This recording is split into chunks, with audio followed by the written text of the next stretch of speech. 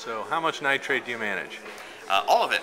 No, we have about, we estimate about 160,000 reels of nitrate film. It pretty much fills our 124 vaults that we have for cold storage.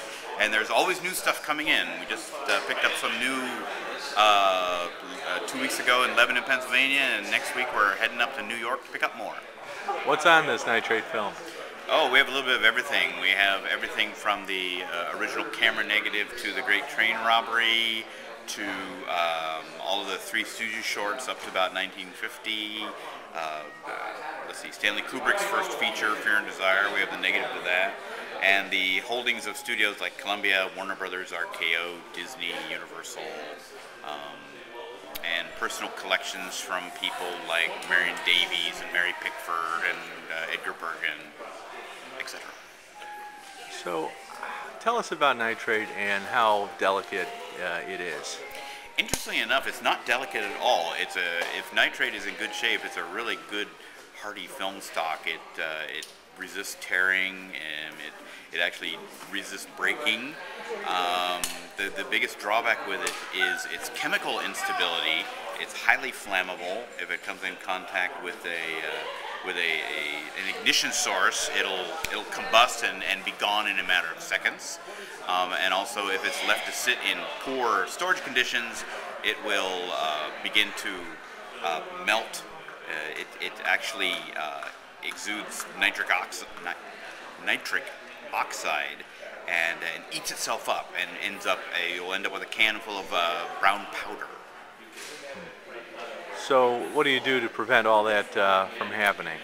Two things. One is we keep it, we follow the old adage of store it in a cool, dry place. So we have these vaults that are 39 degrees and about 30% relative humidity. Secondly, we have a full film laboratory up on the third floor of the Packard campus that does nothing but film preservation.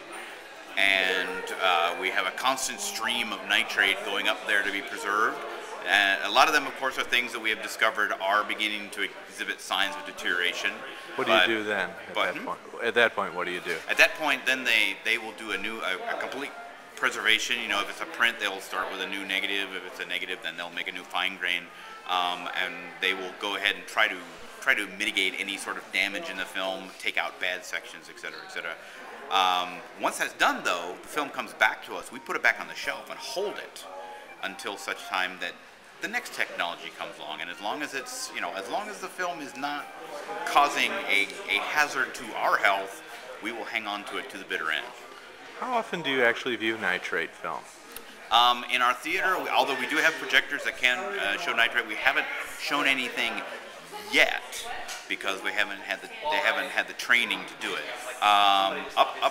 Upstairs, we have a specially designed machine that allows us to view nitrate when we have to, but it's pretty much when we have to. So we might watch one reel of nitrate a week, but we don't make a regular habit of it.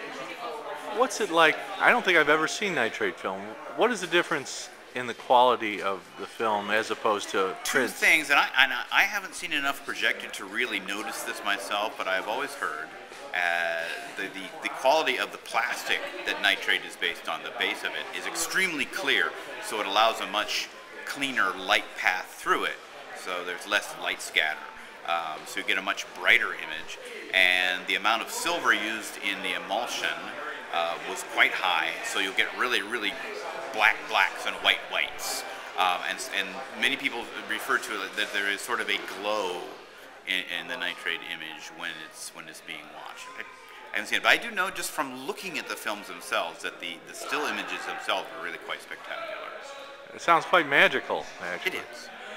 So I know that there used to be the phrase nitrate won't wait, but how much longer can nitrate wait? Well, at this point, I think the nitrate will be here a long time after we're all gone, because the irony of it is that nitrate film is the only photographic medium that has been proven to last over 100 years, if you don't count glass.